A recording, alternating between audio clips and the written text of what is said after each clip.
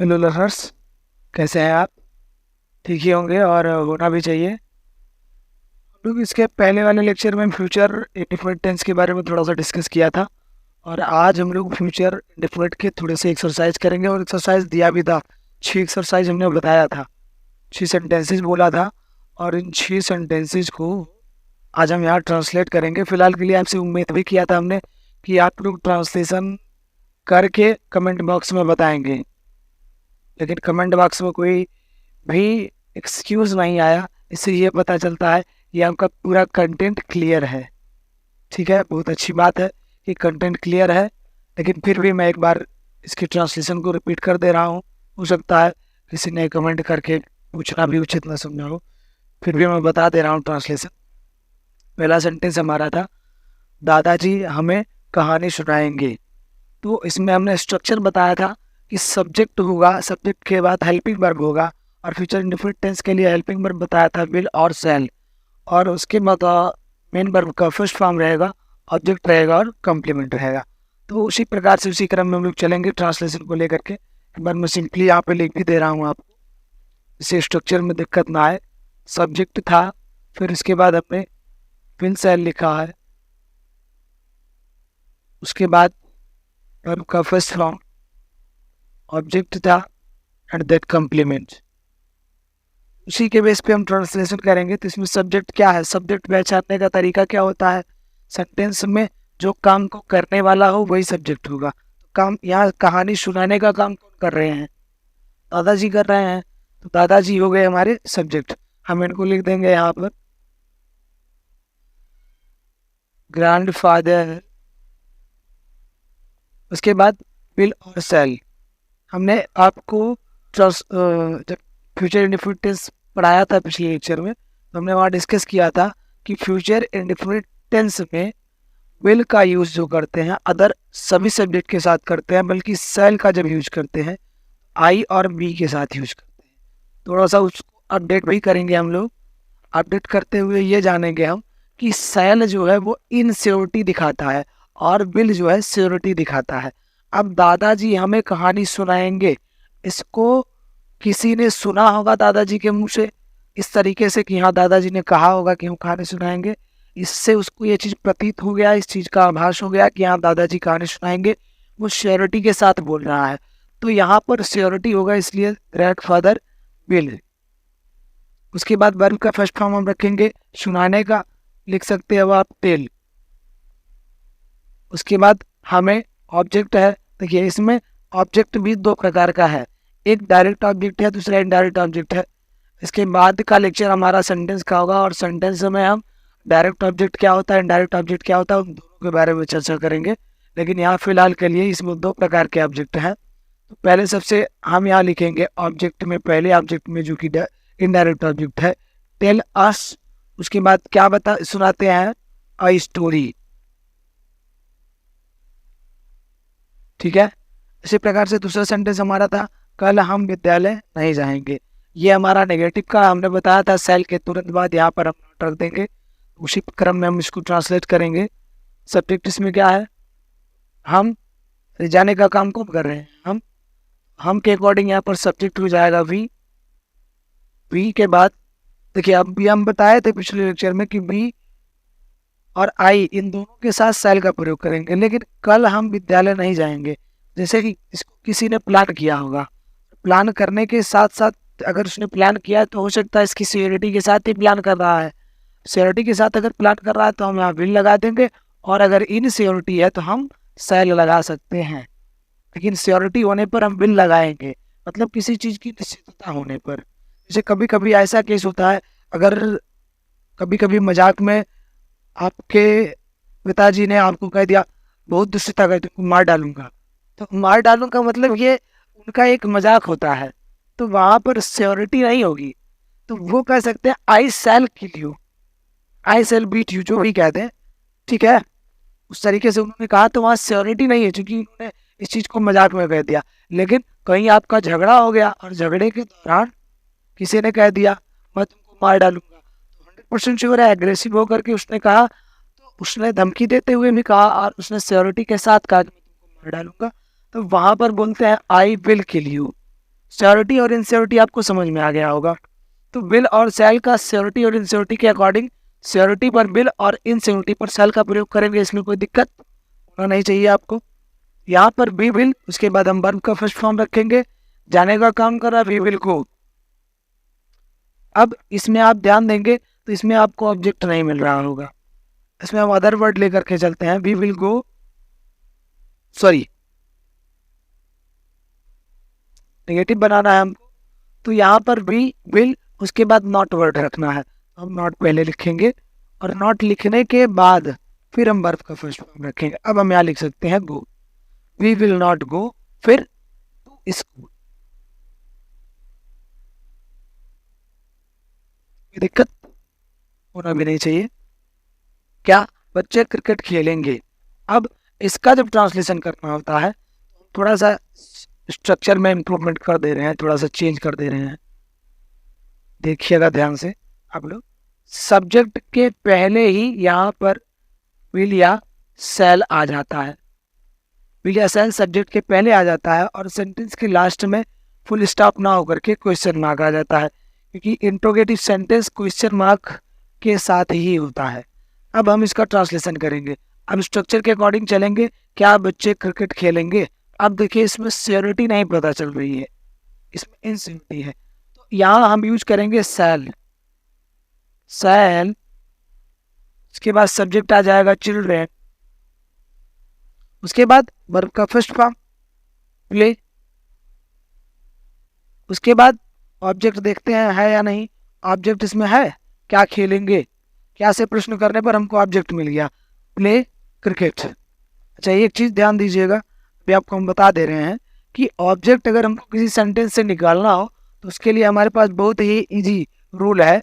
हम अगर सेंटेंस से वर्ब को लेकर के एक क्वेश्चन पुटअप करें, अगर हिंदी में करना चाहें तो हम कह सकते हैं क्या, किसे या किससे।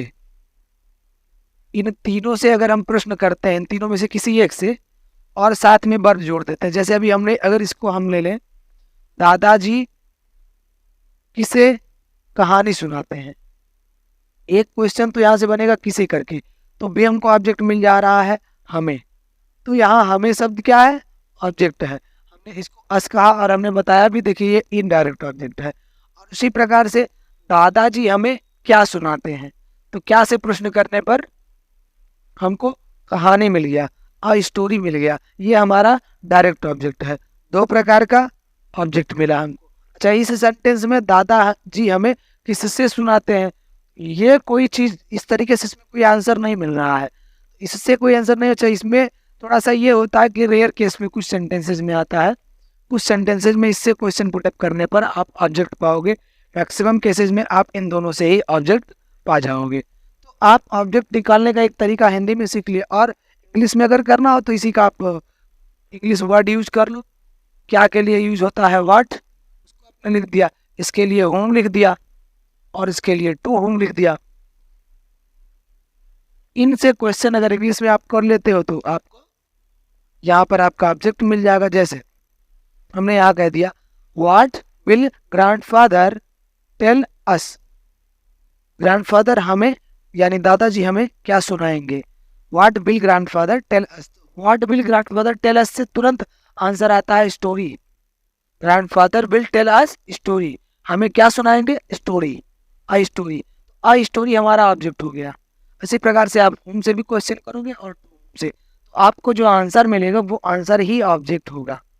हमको लगता है ऑब्जेक्ट को लेकर के, ऑब्जेक्ट अगर हमको सेंटेंस से निकालना हो, इसको लेकर के कोई डाउट नहीं होगा माइंड में आपके।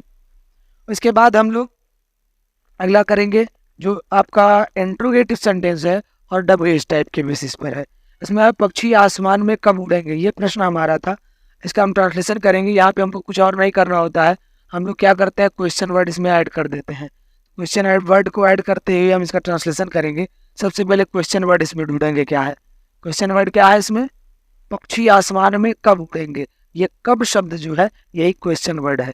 इसके लिए हम एक क्वेश्चन वर्ड यूज कर लेंगे व्हेन, व्हेन मतलब होता है कब, ठीक है। व्हेन के बाद फिर बिल या सेल, पक्षी आसमान में कब उड़ेंगे, इसकी श्योरिटी नहीं मिल रही है, ये इनश्योर है। व्हेन सेल, सेल कर दो कोई दिक्कत नहीं, व्हेन सेल, पक्षी उड़ेंगे। अगर कोई सिंगुलर होता है तो सिंगुलर होने पर हम उड़ेगा बोल सकते थे, है ना। लेकिन ये प्लूरल का सेंस यहाँ से दे रहा है उड़ेंगे, उड़ेंगे पर प्लूरल है, इसलिए व्हेन सेल बर्ड्स करिए इसको आप, when shall birds fly in the sky, है ना। इसको हम कर सकते हैं। उसके बाद इसके बाद हमारा बनेगा जो है इंट्रोगेटिव निगेटिव। इंट्रोगेटिव निगेटिव में क्या करना होता है, हम इसको भी थोड़ा देर के लिए हटा दे रहे हैं। इंट्रोगेटिव निगेटिव में हमारा हेल्पिंग वर्ब होता है, सब्जेक्ट होता है, सब्जेक्ट के बाद नॉट आ जाता है, देन वर्ब का first form, object, complement and question mark. तो अब इसके ट्रांसलेशन के लिए हमको क्या करना होगा, विल या सेल में से कोई एक सेंटेंस पहले पढ़ लेते हैं। क्या बच्चे बाजार जाएंगे, इसमें भी श्योरिटी नहीं पता चल रही है। क्या बच्चे बाजार जाएंगे, इसमें श्योरिटी नहीं पता चल रही है, तो हम लोग इसमें इनश्योरिटी के वर्ड को ले लेके सेल यूज कर लेंगे, सेल। उसके बाद सब्जेक्ट ले लेंगे चिल्ड्रेन, फिर नॉट, सॉरी, क्या बच्चे बाजार नहीं जाएंगे, तो सेल चिल्ड्रेन नॉट डाल देंगे बीच में हम, नॉट, फिर वर्ब का फर्स्ट फॉर्म आ जाएगा। तो वर्ब के फर्स्ट फॉर्म में वर्ब क्या है पहले हम देखते हैं, जाएंगे यानी गो हो जाएगा, वर्ब का फर्स्ट फॉर्म हो जाएगा आपका गो। फिर ऑब्जेक्ट, ऑब्जेक्ट इसमें है नहीं, आप इससे क्वेश्चन करके देखेंगे तो ऑब्जेक्ट आपको मिलना नहीं है।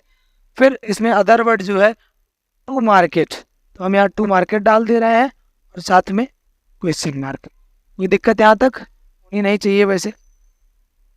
चलिए, अगर दिक्कत होगी तो आप कमेंट बॉक्स ओपन ही है, कमेंट बॉक्स में बता सकते हैं। उसके बाद लास्ट है इंट्रोगेटिव निगेटिव का WH टाइप का, तो इस पर हम देख लेते हैं। ये सेंटेंस हमने बोला था, वे सब नदी में स्नान क्यों नहीं करेंगे, ये इंट्रोगेटिव निगेटिव का WH टाइप का वाक्य है। अब इसमें हमको क्या करना होता है, आगे हम क्या करते हैं, इसमें क्वेश्चन वर्ड ऐड कर देते हैं, जो भी सेंटेंस में क्वेश्चन वर्ड आया होगा। तो सेंटेंस में क्वेश्चन वर्ड क्या आया है, क्यों, क्यों की इंग्लिश क्या होती है, वाई, हम लिख देंगे यहाँ पर वाई। उसके बाद विल या सेल, वे सब नदी में स्नान क्यों नहीं करेंगे, इसमें भी आप सियोरिटी मिलने पर बिल लगा सकते हो और इनसियोरिटी पर सेल लगा सकते हो।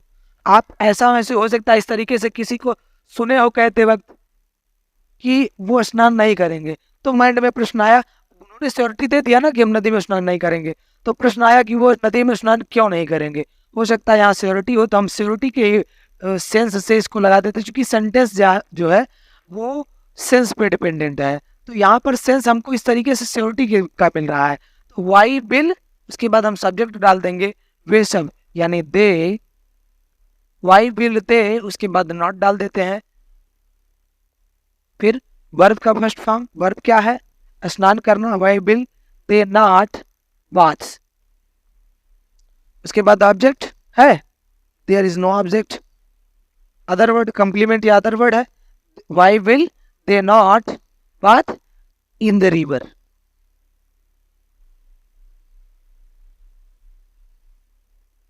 अगर इन 6 सेंटेंसेस को, जो कि हमने पिछले लेक्चर में जब फ्यूचर इंडेफिनिट टेंस या आप कह सकते हो सिंपल फ्यूचर टेंस पढ़ाया था, उसमें 6 सेंटेंसेस बोला था और कहा था कि कमेंट बॉक्स में आप अगर कोई डाउट हो तो आप हमको बताइएगा। लेकिन कमेंट बॉक्स में कोई डाउट नहीं आया या कोई क्वेश्चन नहीं आया, बड़ी ही अच्छी बात है कि एक ही कंटेंट में आपका फ्यूचर इंडेफिनिट टेंस क्लियर हो गया। फिर भी हमने इसका ट्रांसलेशन इसलिए कर दिया कि आपको अगर यहाँ कोई दिक्कत होगा तो इसको आप नोट डाउन कर लीजिए, और यहाँ से आपका अगर कोई मान लीजिए कहीं आपने कोई गलत कदम उठाया हो या कोई गलत क्वेश्चन का ट्रांसलेशन कर दिया हो, तो यहाँ से आप सही कर सकते हैं। ठीक है, आप इसका एक बार स्क्रीनशॉट ले लीजिए या नोट डाउन कर लीजिए। चलिए, एक और एग्जाम्पल हम आज ले लेते हैं, और उस एग्जाम्पल के बेसिस पे 6 सेंटेंसेज जो बनते हैं हमारे 6 सेंटेंसेज, इनका हम ट्रांसलेशन करेंगे। ट्रांसलेशन के बाद क्या क्या चेंजेज हो रही हैं, जैसे भी ये तो दादाजी हमें कहानी सुनाएंगे, कल हम विद्यालय नहीं जाएंगे, क्या बच्चे क्रिकेट खेलेंगे, अलग अलग सेंटेंसेस हो गया। हम किसी एक सेंटेंस को उठाएंगे और उनका चेंज करते हुए चलेंगे कि हमारे इन स्ट्रक्चर में, सेंटेंस के स्ट्रक्चर में क्या चेंजेस आ रहे हैं, उन चेंजेस को हम फोकस करेंगे। इसको हम इरेज कर दे रहे हैं।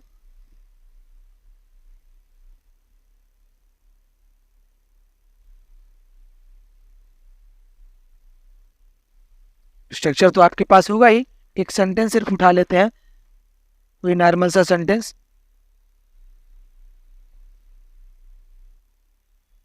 सेंटेंस जैसे हमने ले लिया,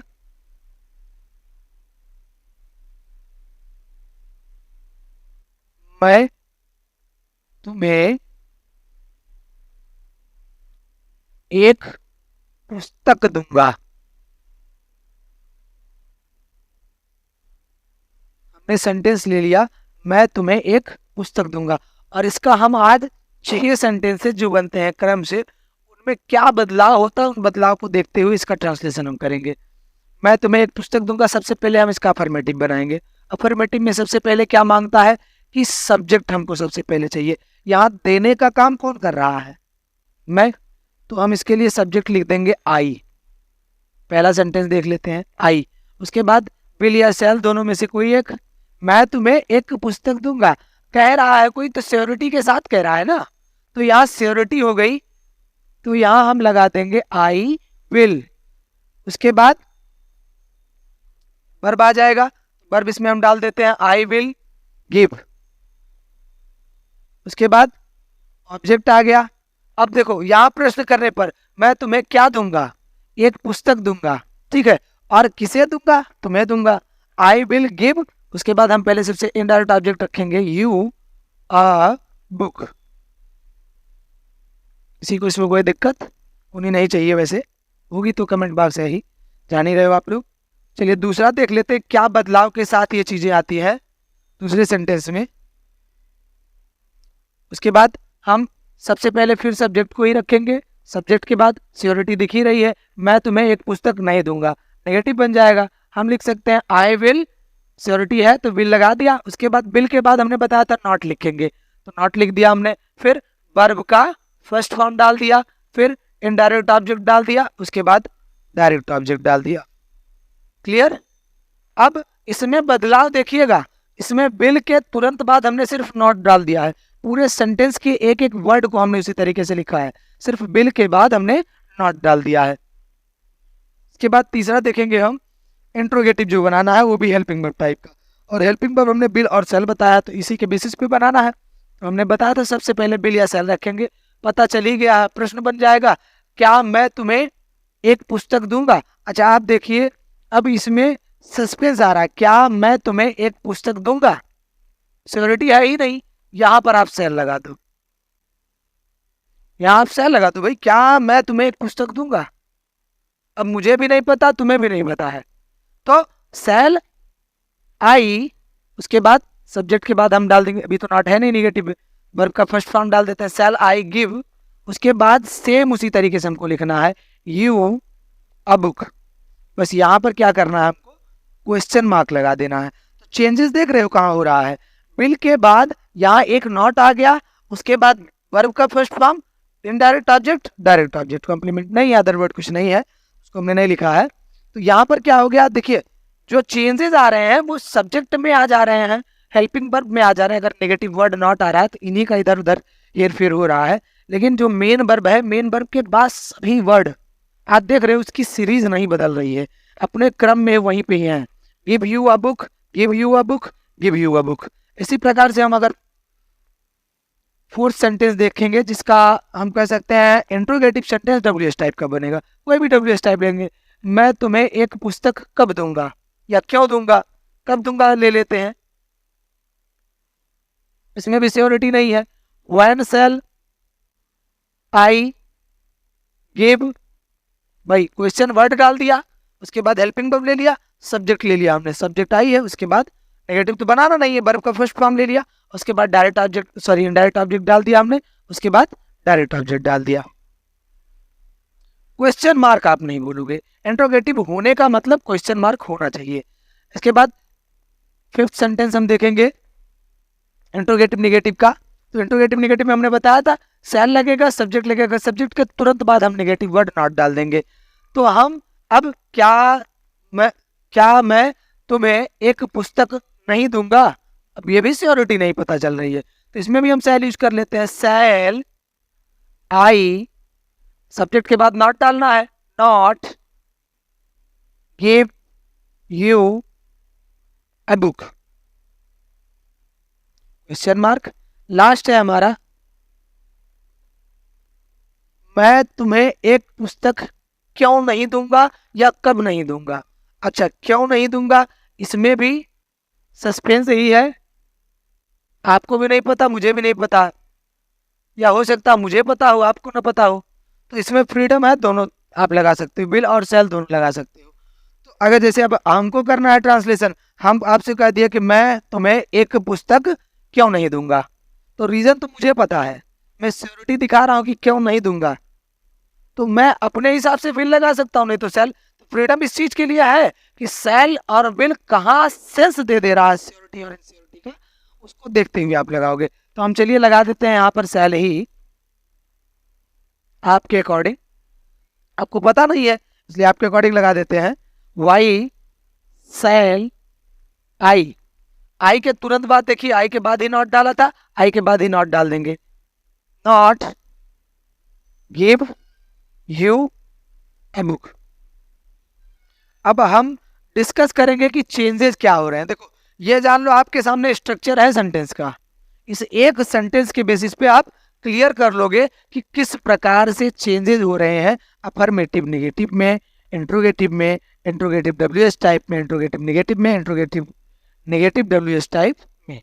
तो हम यहाँ देख क्या रहे हैं, सब्जेक्ट मिल गया हमको, हेल्पिंग वर्ब मिल गया, बीच में आकर के नॉट आ गया नेगेटिव बनाने के लिए, फिर बदलाव क्या हुआ, फिर हमको इंट्रोगेटिव बनाना हुआ तो हमने हेल्पिंग वर्ब को सामने रख दिया, तो सेल कर दिया, shall I give you a book. उसके बाद देखिए इंट्रोगेटिव का डब्ल्यूएस टाइप बनाने में बहुत सिंपल वर्ड, सिर्फ हमने एक क्वेश्चन वर्ड आगे लाके डाल दिया, जो भी क्वेश्चन वर्ड सेंटेंस के लिए सुटेबल है उसको हमने डाल दिया यहाँ पर ला करके। उसके बाद देखिए सेल लिखा है, आई लिखा है, गिव लिखा है, यू लिखा है, अ बुक लिखा है। इसका मतलब ये हुआ किसी का इंट्रोगेटिव डब्ल्यूएस टाइप अगर बनाना हो तो सिर्फ हमको क्वेश्चन वर्ड आगे डालना, चाहे वो इंट्रोगेटिव हो चाहे इंट्रोगेटिव नेगेटिव हो। आप इसमें भी देख लीजिए, क्वेश्चन वर्ड डाला, फिर shall I not give you a book, सभी सेम है, सिर्फ हमने क्वेश्चन वर्ड ला करके डाला है यहाँ पर। एक तो हमको ये पता चल गया कि हम इंट्रोगेटिव और इंट्रोगेटिव नेगेटिव इन दोनों में जब हमको ट्रांसलेशन करना होगा तो हम सिर्फ क्वेश्चन वर्ड जो सुटेबल होगा उसको ला के आगे रख देंगे और सेम उसी तरीके से लिखना है। तो कहीं मान लो डाउट आ गया किसी कारण को लेकर के, तो हम इसको मिला करके उसी तरीके से लिख सकते हैं। दूसरा क्या है, सब्जेक्ट वर्ब, हेल्पिंग वर्ब आपका आ गया, उसके बाद ही नॉट आएगा, हेल्पिंग वर्ब के बाद ही। और ये पोजीशन हमको पता चलता है, give you a book, give you a book, give you a book, फिर यहाँ पर भी give you a book, give you a book, give you a book. कहने का मतलब ये हुआ कि जहां से मेन वर्ब स्टार्ट हो रहा हमारा, जहां से जो मुख्य क्रिया है, वर्ब का जो फर्स्ट फॉर्म हमने यहाँ इंडिकेट किया है, ये स्टार्ट हो रहा, इसमें देखिए कोई बदलाव ही नहीं मिला है, केवल हमने इंट्रोगेटिव के लिए यहाँ पर फुल स्टॉप था, यहाँ पर इंट्रोगेटिव के लिए हमने इंट्रोगेशन मार्क लगा दिया, क्वेश्चन मार्क लगा दिया। तो आपको जो चेंजेस हैं ये चीज क्लियर हो गए होंगे, क्लियर हो भी जाना चाहिए, बहुत इजी वर्ड में हमने समझा दिया, कोई डाउट होना ही नहीं चाहिए आपको। इसके बेसिस पर आप एक्सरसाइज कर सकते हैं, कोई सेंटेंस आपका अपना हो तो उस पर अगर डाउट आता है तो कमेंट बॉक्स ओपन है, आप कमेंट बॉक्स में बता सकते हैं। और आज इस लेक्चर को यहीं ओवर करते हैं, इसके बाद के लेक्चर में हम फ्यूचर कंटिन्यूअस टेंस पढ़ेंगे, फ्यूचर कंटिन्यूअस टेंस की पूरी बेसिक डिटेल्स को पढ़ेंगे, और साथ ही आप सभी के सहयोग से, आप सभी के प्यार से यूट्यूब पर जो हमारे 1000 प्लस मेंबर हो चुके हैं, इसके लिए आप सभी को दिल से धन्यवाद ज्ञापित करते हैं। एमजी कोचिंग इंस्टीट्यूट की तरफ से आप सभी को बहुत बहुत धन्यवाद। हम इन चीज़ों को आप नोट कर लिए हो तो नोट कर लीजिए। देखिए, और जुड़ने का जो प्लेटफॉर्म हमारा है, जैसे एमजी कोचिंग इंस्टीट्यूट का टेलीग्राम चैनल है, या एमजी कोचिंग इंस्टीट्यूट का फेसबुक पेज है, फेसबुक ग्रुप है, हमारी पर्सनल ईमेल वो इंस्टाग्राम आईडी है, इन सब चीज़ों को मैं डिस्क्रिप्शन में दे देता हूँ। आपको लगता है कमेंट बॉक्स में हो सकता है रिप्लाई ना आए, ये सेंस डाउट कभी बनने लगता है।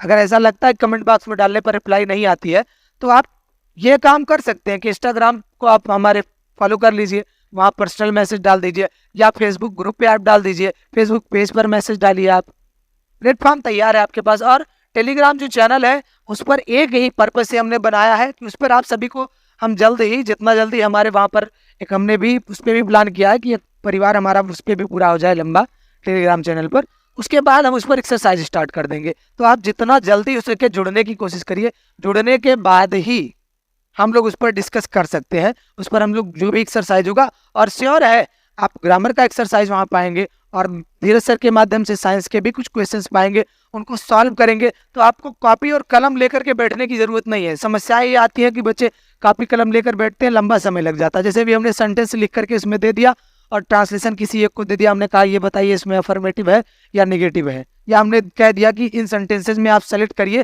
कि कौन सा सेंटेंस WH टाइप का इंट्रोगेटिव सेंटेंस है। तो आपको सिर्फ एक टाइप करना होगा उसमें। हम क्विज चलवा देंगे इसमें कि आप ऑप्शनल सेंटेंसेस पा जाओगे, उस पर टाइप करके ही बताना होगा। तो आपका समय बच गया, लेकिन एक्सरसाइज कंटिन्यू है। तो कितना बड़ा प्लस पॉइंट है आपका टेलीग्राम चैनल पे जुड़ने का। जितना जल्दी हो सके आप जुड़िए, जुड़ करके हमको एहसास कराइए कि सर अब हम आ गए हैं, आप भी लग जाइए। आप जितना जल्दी हो सके टेलीग्राम चैनल पर जुड़ जाइए, और कोई दिक्कत इसमें होगा तो कमेंट बॉक्स ओपन है, कमेंट बॉक्स में आप बता सकते हैं। चैनल को सब्सक्राइब ना किए हो तो सब्सक्राइब कर दीजिए, जिससे कोई भी वीडियो हमारा अपलोड हो रहा है तो आपको पहले सबसे नोटिफिकेशन मिल जाए। और बेल आइकन को प्रेस कर दीजिए, वीडियो को लाइक कर दीजिएगा। कमेंट में तो बता ही दिया, कमेंट करना है करेंगे आप। और फ्रेंड सर्किल में शेयर भी कर दीजिएगा। भाई इतना मेहनत करके आप सबके लिए ये कंटेंट ले करके आ रहा हूँ, एक्सरसाइजेज भी आपको करा रहा हूँ, और तैयार हूँ कि कमेंट बॉक्स में आप सेंटेंस डालिए, सेंटेंस का आपको एग्जाम जो भी सोल्यूशन है वो तुरंत मिल जाना है। तो इतनी मेहनत के बाद आप एक शेयर नहीं कर सकते हैं, छोटी सी गुरु दक्षिणा हुई, इतना आप कर सकते हैं। ठीक है, मिलते हैं अगले लेक्चर में। जय हिंद।